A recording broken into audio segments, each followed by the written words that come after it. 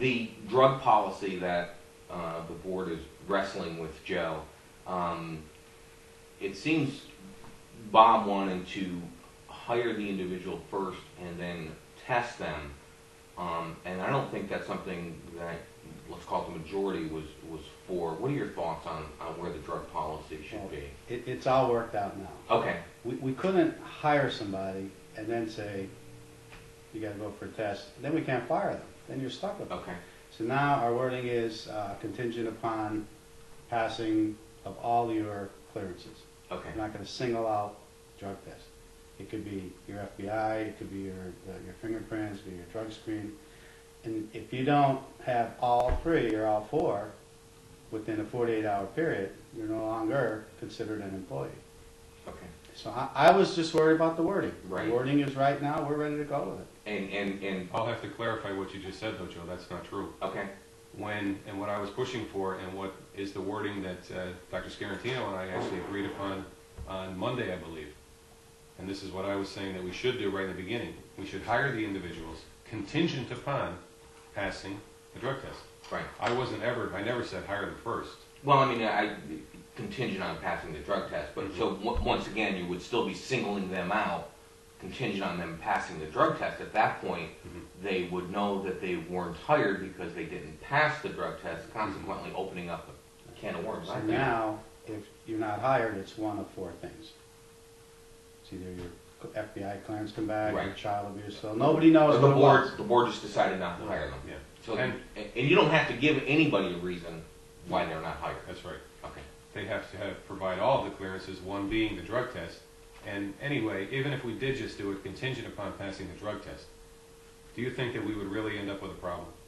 Do you think that anybody would come and, first of all, apply for a job, Right. knowing that within 48 hours after being hired, they had to pass a drug test, and they had a drug problem? But we don't know that. Yeah, but the chances are very unlikely. But I don't think it's something that. This Not is, possible. I'll agree, that this, now, with combining all the clearances together, one of those clearances being a drug test, it's much cleaner. Okay. It is, I agree completely, it's a good idea. You both are on the same page. I've said from day one, I'm for it. It just had to be worded properly. That's all. Okay. Joe, over the years, I've listened to Bob at the meetings asking for the work sessions to be done on a different evening.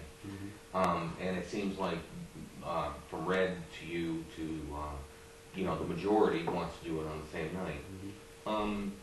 I think Bob has a good point.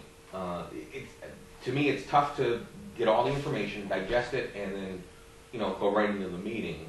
Is that something you'd consider, changing the work sessions to give everybody a little bit of time to digest from? Because a work session is just that, a work session. I'm happy the way it is now. I won't want to change it. Get everything done in one night. If you wanted to make the work session longer, if you wanted a break in between the work session and the regular meeting, there's a lot of options. But to have the 2 nights, I mean, I work most nights, Understood. so I can't. I mean, I know Wyoming area does, and I'm not going to say all governing bodies do, but quite a few do, and that's the protocol for them. And Bob, obviously, you want I a work do, session on a and different night. if we are successful, or when we are successful in the 4 of us being elected this time around, we will implement the change that we will have the work session 1 week, followed by the regular meeting the next week. There's just not enough time to discuss all the important issues that are going on. And I also have to say that there are some issues that we discuss in executive session which are great. They don't belong, in my opinion, they don't belong discussed back there. They should be part of a work session, and they will be part of a work session once we get elected. So why didn't, when you had control of the board and you were president, why didn't I change it? Yeah. I'm going to leave that up to young and naive. Okay. I made a mistake in being president the first year that I was on the board. If I had it to do over again, I would not have taken the presidency. I did want it, but I did learn a lot the first year. Every year you're on the board, every month you're on the board, you learn more and more. The building project kind of went south towards the end of 07 and beginning of 08, the HVAC. Joe, you made the comment that in the end it would have cost us the extra $3 million. What did you base that on? That's based on the engineers. The engineer says if this was planned out right and that the units on the roof were the right size, it would have cost X amount of dollars more. Did we make a mistake with the architectural firm we made? Absolutely. But there was 9 votes for that. company. Bob, you voted You for it know, too? we all made a I did mistake. vote It was for a it, too. Pittston company, we figured, hey, give them a shot, they pay taxes, but they weren't able But to do it. I disagree completely that if we had done it right the first time, it would have cost as much as the two bond issues together, because it cost us $800,000 the second time around to put all the cuts into the roof and do all the fixes from the first job. Okay. So there's $800,000 right there that we shouldn't have spent. Granted, the whatever HVAC system would have been the right fit for the school would have cost more money than the system that we did put in originally, but there's no way that you can say with any degree of certainty that it would have cost the two together. I don't buy that. I side with the engineer, I think they know more than me and him put together, so. I don't know that the engineer actually said that, though. They said it at a meeting. Check your minutes. Okay. Bob, I think it was 2 meetings ago, or last meeting, your fellow board members almost fell off their chairs when you brought up to give the maintenance personnel a raise. And I understand your issue that it would be cheaper to give it was a 35-cent raise to each maintenance personnel. No, it's actually, what? it's either 15 or 20 cents an hour. Whatever it was, and I'm not questioning your motive. Mm-hmm. Rather than you weren't allowed to just talk about those things in the back room. I mean, everybody talks about in the back room.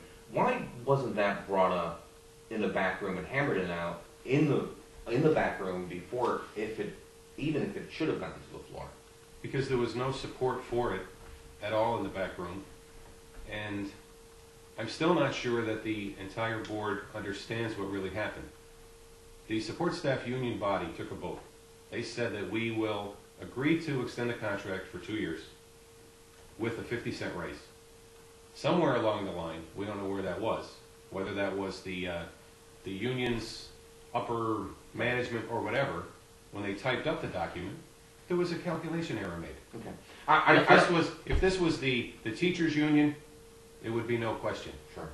But this is a support staff union that is currently headed by Tommy Rome, so that's why they're not getting it. And I'm not questioning. Not true. I'm not questioning the You're questioning why I brought it up? T's and I's. You knew it wouldn't come. You knew it didn't have the votes. You just said it. I knew I didn't have the votes in the back room. Terry Beth seconded just to give you the opportunity. Mhm. But why bring it up on the floor? Why bring it up on the floor? Well, again, it's a public school. In my mind, the public has a right to know what's going on. Okay. And I guess maybe I had a hope that these other gentlemen on the board would do the right thing in public. Joe, you said it would compromise the pending litigation or the negotiations. Tom Rome, we said the president, he filed a grievance. Mhm. So we shouldn't have talked about it. Joe Saporito cautioned us several times not to talk about it. You know, Tom Rome makes people believe this happened in this last extension. This wording was messed up in the first extension, in 2004.